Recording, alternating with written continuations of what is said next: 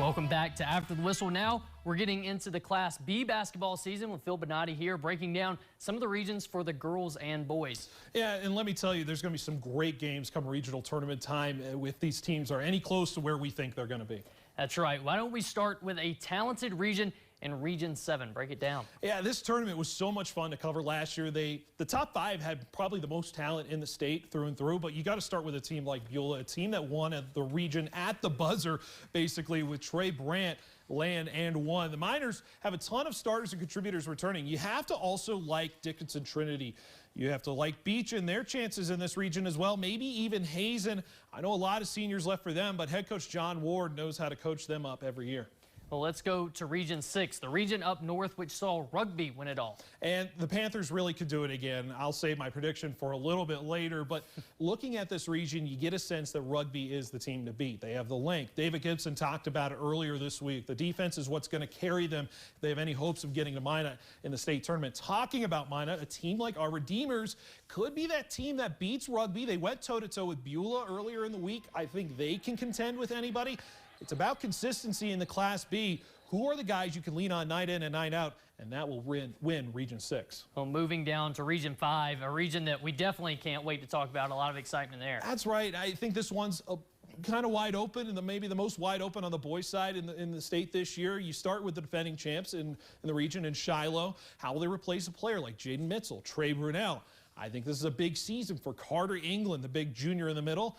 Luke Wanzek will be a big factor as well with his ability to shoot from the range. This team that challenged them is Flasher. They lost some good players last year as well. They can replace that. Can they replace that senior class? They have to come from Jace Freeze, who is the scorer for the Bulldogs. Washburn and New Salem could make some noise as well. Region 5 should be fun. Can't forget Wilton Wing winning their first game by 38 points. So that's just a few teams to talk about. What about your predictions for the Class B side? So I'll go Region 5 through 8, and I'm going to pick Shiloh Christian to win Region 5. Region 6 will go to rugby, I think. Region 7, I think the eventual state champs in my prediction as well, Beulah. And Region 8, I think will go to Kenmare. Oh, calling your shot early. All right, the David Gibson pick. David Gibson goes with the same picks across the board, except for in Region 8, picking Newtown there. Now let's shift our focus to the girls' side, and let's start with Region 5 this time. Phil, what makes this one of the most underrated regions in North Dakota? Well, I think there are 4 really good teams that can make the state tournament from this region. Shiloh Christian, hoping to defend their region title, had a rough start against Kidder County and their loss on the road on Tuesday. But Wilton Wing, a very good team. Head coach Lisa Jenkins has a great player in sophomore Haley Quam, a great all-around scorer there.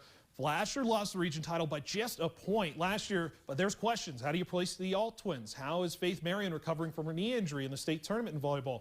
And then a team like Grant County can contend as well.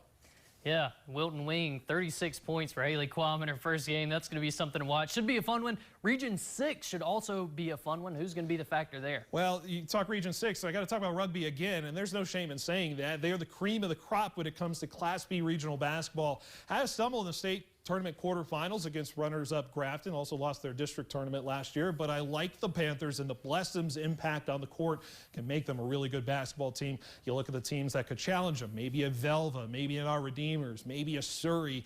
You'll have to see how this one plays out. And finally, to Region 7 on the girls' side, the same thing as the boys' side for you, thinking the top is the best in the state. Yeah, I'm going to go, especially with the girls, through and through. I think I'm going to start with Hettinger Scranton with Samantha O's, the defending region champs, out of the gate playing good basketball. Maybe a little bit of a slip up to Beulah last night, but I think they're playing well. Abby Kubas of Dickinson Trinity is another big name. Can Trinity avenge their loss to the Nighthawks last year in the championship?